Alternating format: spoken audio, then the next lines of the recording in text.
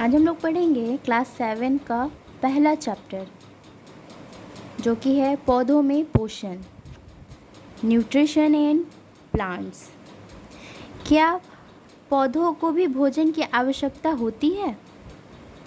सभी जीवित प्राणियों को विविध गतिविधियों जैसे शरीर की वृद्धि, शरीर की टूटी फूटी कोशिकाओं की मरम्मत एवं जैविक प्रक्रियाओं के लिए आवश्यक पदार्थों की आपूर्ति के लिए ऊर्जा की ज़रूरत पड़ती है। यह ऊर्जा उन्हें कैसे प्राप्त होती है? ये ऊर्जा पौधों से प्राप्त होती है। इसका अर्थ ये हुआ कि पौधों को भी भोजन की आवश्यकता होती है। आपने पिछले कक्षा में भोजन के विभिन्न घटकों के बारे में विस्तार से अध्ययन किया है। भोजन में उपस्थित विभिन्न घटक जैसे कार्बोहाइड्रेट, प्रोटीन, वसा, विटामिन एवं खनिज, जिन्हें पोषक तत्व कहते हैं, हमारे शरीर के विभिन्न कार्यों को करने के लिए बहुत जरूरी है।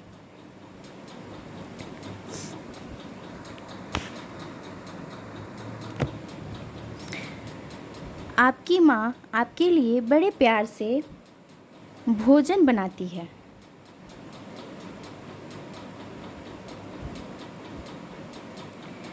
जरा सोचिए, पौधे के लिए ये भोजन कौन बनाता है?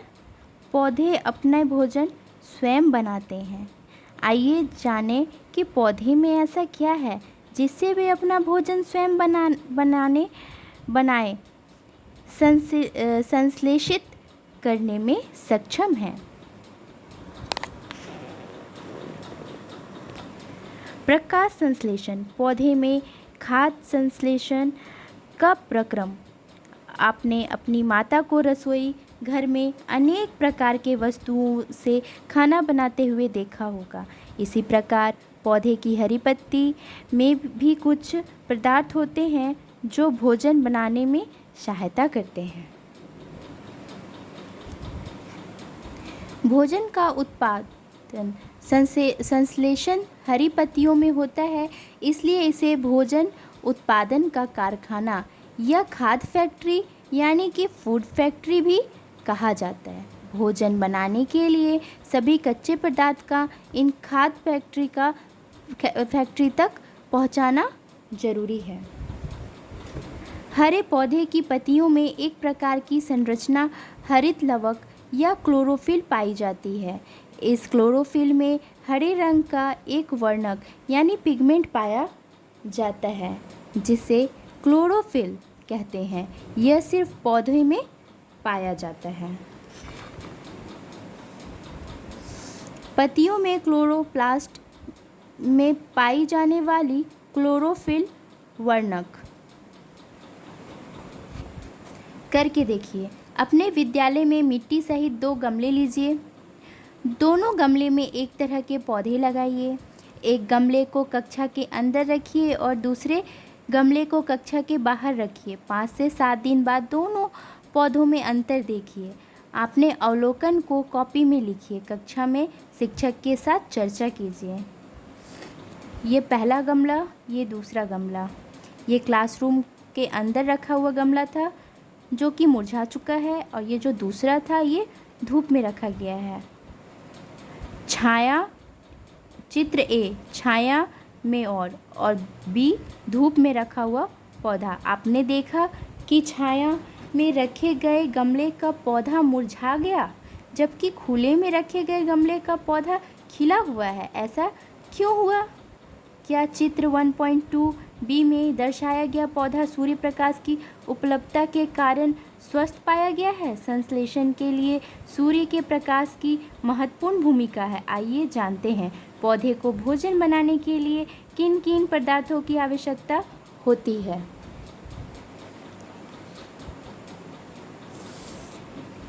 प्रकाश संश्लेषण के लिए आवश्यक कच्चे पदार्थ: क्लोरोफिल वर्णक जो पौधे की हरी पत्तियों में पाई जाती है, कार्बन डाइऑक्साइड जो वायु में उपस्थित होता है,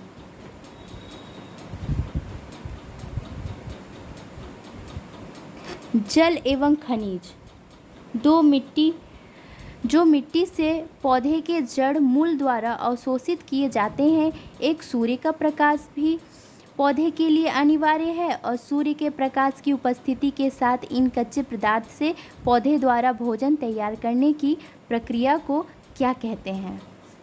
हरे पौधे द्वारा सूर्य प्रकाश की उपस्थिति में क्लोरोफिल, कार्बन डाइऑक्साइड तथा जल का उपयोग कर भोजन, मुख्यतः ग्लूकोज जो एक कार्बोहाइड्रेट या शर्करा है, बनाने और ऑक्सीजन को छोड़ने निर्मुक्त की प्रक्रिया को प्रकाश संश्लेषण कहते हैं। प्रकाश संश्लेषण को निम्नलिखित समीकरण द्वारा दर्शाया जा सकता है, जैसे कि यहाँ देख सकते हैं। कार्बन डाइऑक्साइड वायु में होता है प्रेजेंट, प्लस जल मिट्टी से, और सूर्य प्रकाश और क्लोरोफिल।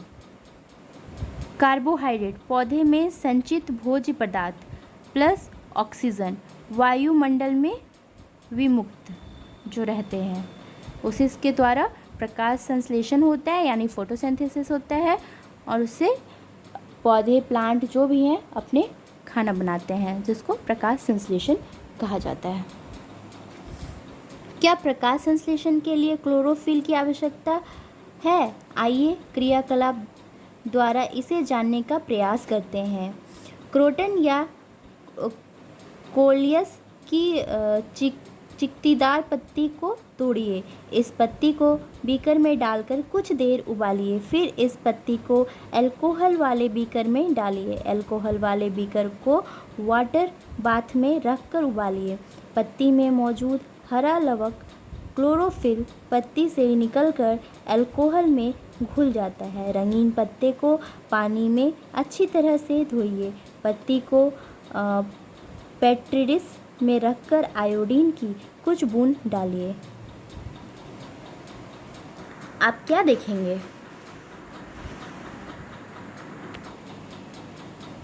चित्र 1.4 प्रकाश संश्लेषण के लिए क्लोरोफिल की आवश्यकता दर्शाती क्रोटन की पत्तियां।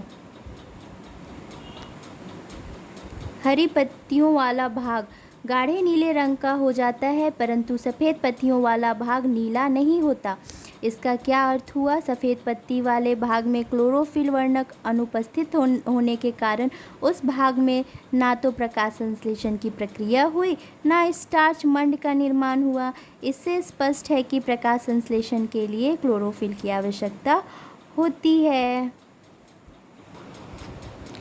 हमने देखा कि पौधे वायु से कार्बन डाइऑक्साइड लेते हैं। क्या इसके लिए पत्ती में छिद्र होते हैं? पत्तियां की सतह पर उपस्थित ऐसे छिद्रों को क्या कहते हैं? ऐसे छिद्र को रंध्र कहते हैं। रंध्र मीन्स स्टोमाटा। रंध्र द्वारा वायु में उपस्थित कार्बन डाइऑक्साइड पत्तियों में प्रवेश करती है। यह रंध्र द्वारा कोशिकाओं द्वारा घिरे होते हैं। ये पत्तियों के दोनों ऊपरी तथा निचली भाग में पाए जाते हैं। क्या जल एवं खनिज भी इसी तरह पत्तियों तक पहुँचते हैं? नहीं, जल एवं खनिज वाहिकाओं द्वारा पत्तियों तक पहुँचाए जाते हैं। ये वाहिकाएं नली के समान होती है तथा जड़, तना, शाखाएं एवं पत्ती तक फैली होती है। पोषकों को पत्तियों तक पहुँचाने के लिए वे वाहिकाएं एक सतत मार्ग बनाती है। पौधे में पदार्थों के परिवहन के बारे में आप आगे के अध्याय में जानेंगे। यदि प्रकाश संश्लेषण नहीं होगा तो क्या होगा? यदि प्रकाश संश्लेषण नहीं होगा तो सभी प्राणियों को खाद्य पदार्थ उपलब्ध नहीं होगा। ऐसी स्थिति में पृथ्वी पर पाए जाने वाले समस्त जीव नष्ट हो जाएंगे, क्योंकि सभी जीवों का अस्तित्व प्रत्यक्ष या परोक्ष रूप से पौधे द्वारा निर्मित भोजन पर ही निर्भर करता है। भोजन के अतिरिक्त सभी जीवों के लिए परमावश्यक ऑक्सीजन भी प्रकाश संश्लेषण की पत्तियों में भी क्लोरोफिल होती है, परंतु इनके दौरान निर्मित होता है। यह प्रक्रिया वायुमंडल में कार्बन डाइऑक्साइड और ऑक्सीजन के संतुलन को बनाए रखता है। अतः प्रकाश संश्लेषण की अनुपस्थिति में जीवन की कल्पना भी असंभव है। अब समझे सरकार द्वारा वृक्षारोपण अभियान क्यों चलाया जाता है? वृक्षारोपण वृक्ष लगाओ, जीवन बचाओ। इस बढ़ते हुए आधुनिक औद्योगिकी युग में पेड़ों को ज़्यादा से ज़्यादा लगाने की कोशिश करनी चाहिए। वृक्षारोपण महोत्सव आदि को प्रोत्साहित करना चाहिए एवं बच्चों में पौधों की उपयोगिता को और प्रेम को जागृत करना चाहिए, जिससे पृथ्वी पर वायु और वातावरण संतुलित बना रहे।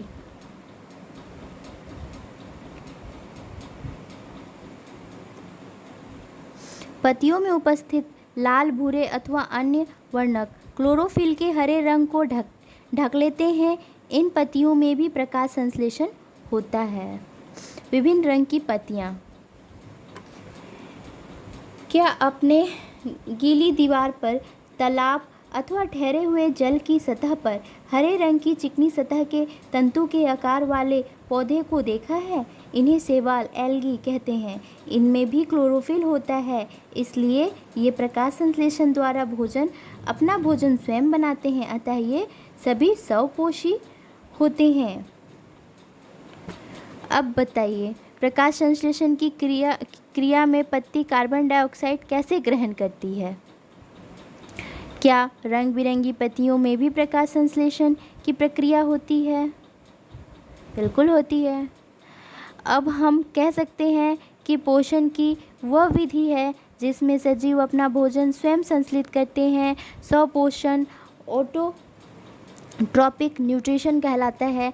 ऐसे जीव जो इस विधि से अपना भोजन ग्रहण करते हैं उन्हें स्वपोषी यानी ऑटोट्रॉप्स कहते हैं। क्या भोजन ग्रहण करने की कोई अन्य विधि भी है? जो जीव अपना भोजन स्वयं नहीं बना सकते वे किस प्रकार पोषण की क्रिया करते हैं? पोषण की वह विधि जिसमें प्राणी अपना भोजन स्वयं संश्लेषित बनाना नहीं कर सकते और प्रत्यक्ष या अप्रत्यक्ष रूप से हरे पौधे अथवा अन्य जंतु पर निर्भर होते हैं, परपोषी या विषमपोषी कहलाते हैं। हेटेरोट्रॉपिक न्यूट्रिशन कहलाता है ऐसे जीव जो अपने भोजन के लिए पौधे या अन्य जीवों पर निर्भर रहते हैं, परपोषी। हेटेरोट्रॉप्स कहलाते हैं। अतः सारे पशु एवं मानव परपोषी हैं।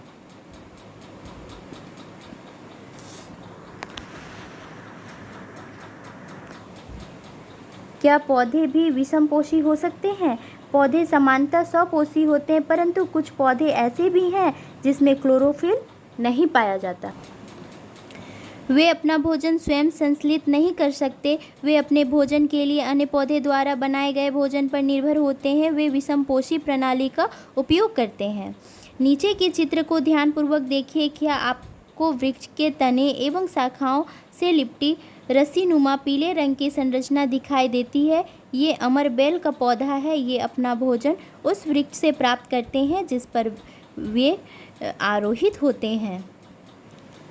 अमरबेल, आपने देखा कि अमरबेल अपने भोजन के लिए दूसरे वृक्ष पर निर्भर रहता है, इसलिए यह एक परजीवी है।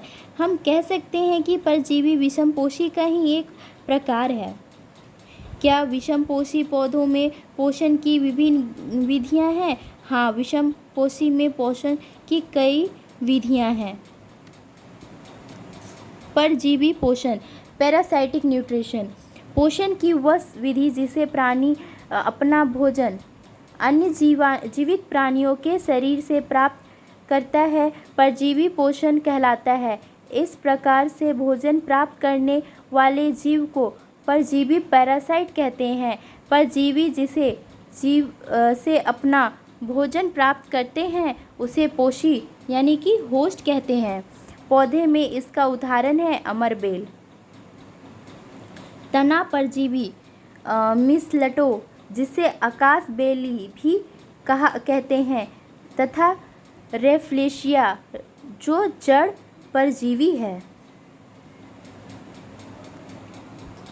मृतजीवी पोषण, सैप्रोफाइटिक न्यूट्रिशन, पोषण की विधि जिसे प्राणी अपना भोजन मृत एवं विघटित जैविक पदार्थ से प्राप्त करते हैं, मृतजीवी पोषण कहलाते हैं।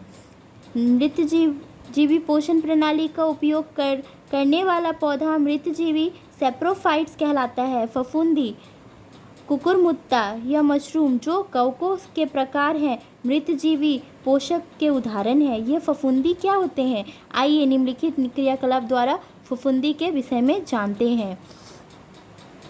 ब्रेड, पावरोटी का एक टुकड़ा लेकर उसे पानी से भिगो दीजिए। किसी नम एवं उष्ण स्थान पर इस टुकड़े को 2-3 दिनों के लिए छोड़ दीजिए। 2-3 दिनों के बाद ब्रेड की सतह पर सफ़ेद, हरे या भूरे रंग के धब्बे दिखाई देंगे। इस टाइप से इन धब्बे को एक आवर्धक लेंस या सूक्ष्मदर्शी की सहायता से देखिए। आपको क्या दिखाई देगा? वो फफूंद होगा। आपको रुई के धागे के समान संरचना दिखाई पड़ेगी। ये संरचना ही फफूंद यानी कवक या फंजाई है। फफूंद अचार, चमड़े, कपड़े, अनाजों आदि अन्य पदार्थों पर भी उगते हैं। ये उन चीज़ों पर भी उगते हैं जो नम्र एवं उष्ण हो। वर्षा ऋतु के दौरान अनेक वस्तु कवकों की वृद्धि के कारण नष्ट अथवा अनुपयोगी हो जाते हैं। सामान्यतः कवकों के बीजाणु वायु में उपस्थित होते हैं। जब वे हवा के झोंकों से किसी ऐसे द्रव्य जैसे पदार्थ अथवा उत्पाद पर बैठते हैं जो नम एवं उष्ण हो, तो वे अंकुरित होकर नए कवक को जन्म देते हैं। ये तेजी से फैल जाते हैं। पौधे, जंतु एवं मनुष्य में कवकों के कारण कई प्रकार के रोग भी होती है। कीटभक्षी यानी इंसेक्टिवायरस घर पर्णी एक विचित्र पौधा है। इसके पोषण की विधि सबसे अलग है। आप जानते हैं ये पौधे अपना भोजन कैसे ग्रहण करते हैं? ऐसे पौधे कीटों को अपना भोजन के रूप में ग्रहण करते हैं तथा पचा जाते हैं। जैसे पौधे हरे या किसी भी अन्य रंग के हो सकते हैं। घटपर्णी पिचर प्लांट यानी पिचर पौधा में घड़े एवं ढक्कन जैसी संरचना होती है। घटपर्णी या कलश पौधा, pitcher plant, Venus fly trap, drosera, bladderwort आदि कीटभक्षी पौधे होते हैं। कीटभक्षी ऐसे पौधे जो कीटों को अपने भोजन के रूप में ग्रहण करते हैं, उन्हें कीटभक्षी पौधा यानी इंसेक्टिवायरस प्लांट कहते हैं। कीटभक्षी पौधे में क्लोरोफिल पाया जाता है और वे प्रकाश संश्लेषण से अपना भोजन भी बनाते हैं, पर वे कीटों के भक्षण नाइट्रोजन की आपूर्ति के लिए करते हैं। अधिकांश कीटभक्षी पौधे नाइट्रोजन की कमी वाली जगहों में ही पाए जाते हैं। सहजीवी पोषण, सिम्बायोटिक न्यूट्रिशन। क्या आपने दो जीवों के सहसंबंधित के बारे में सुना है? ये संबंध क्यों बनाते हैं? यह एक विशेष प्रकार का संबंध है जब विभिन्न प्रकार के दो जीव एक दूसरे की मदद करते हुए साथ रहते हैं। ये अपना आवास एवं पोषक तत्व एक दूसरे की मदद करते हुए साथ बांटते हैं, तो इसे सहजीवी संबंध कहते हैं तथा ऐसे जीव सहजीवी।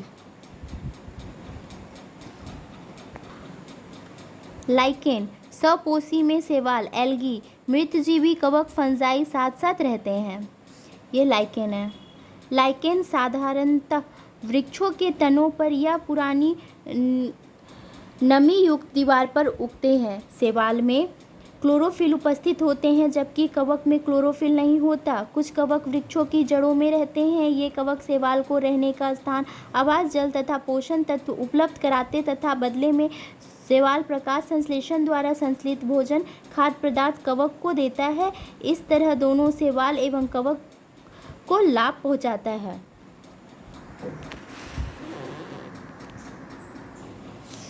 अब सहजीवी संबंध के एक और उदाहरण पर चर्चा करते हैं। यह संबंध मिट्टी में पोषक तत्व की पुनः पूर्ति में भी सहायता है, परंतु यह पुनः पूर्ति किस प्रकार होती है? आप जानते हैं कि पौधे मिट्टी से खनिज, पोषक तत्व एवं जल अवशोषित करते हैं, अतः मिट्टी में इनकी मात्रा लगातार कम होती जाती है।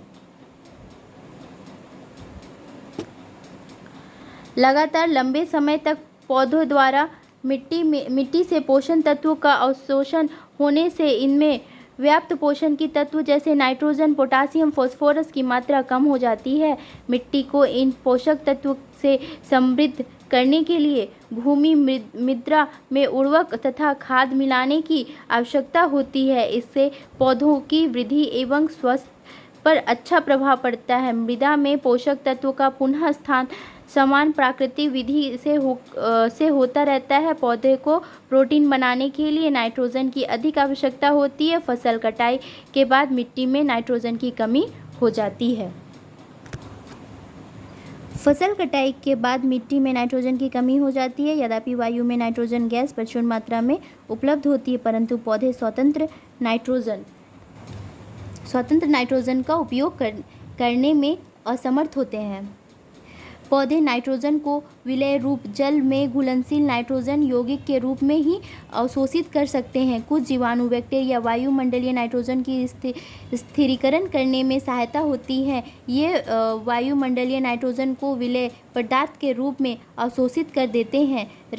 राइजोबियम ऐसा ही एक जीवाणु है। यह दलहन जैसे चना, मटर, अरहर, मूंग, सेम आदि फलीदार पौधे के जड़ की गांठों में रहते हैं तथा उन्हें नाइट्रोजन की आपूर्ति करते हैं। इसके बदले फलीदार पौधे राइजोबियम जीवाणु को आवास एवं खाद्य प्रदान करते हैं। इस प्रकार दोनों जीवों को फलीदार पौधे तथा राइजोबियम एक दूसरे की उपस्थिति में लाभ पहुंचाता है, ना ये सहजीव संबंध है। इसी संबंध का किसान के लिए विशेष महत्व है। उन्हें मिट्टी में दालों की फसलों के लिए अलग से नाइट्रोजन देने की आवश्यकता नहीं पड़ती। अलग फसल के लिए भी मिट्टी में पर्याप्त नाइट्रोजन व्याप्त रहता है। प्रकृति विविध के अतिरिक्त मिट्टी में नाइट्रोजन, फास्फोरस, पोटासियम जैसे तत्वों की आपूर्ति हम रासायनिक उर्वरकों द्वारा भी करते हैं। इसमें मिट्टी का खाया हुआ पोषक तत्व खेतों को पुनः मिल जाता है। इस पाठ में हमने जाना कि अधिकतर पौधे स्वपोषी होते हैं, बहुत कम पौधे परजीवी एवं मृतजीवी होते हैं, सभी जंतु विषमपोषी होते हैं।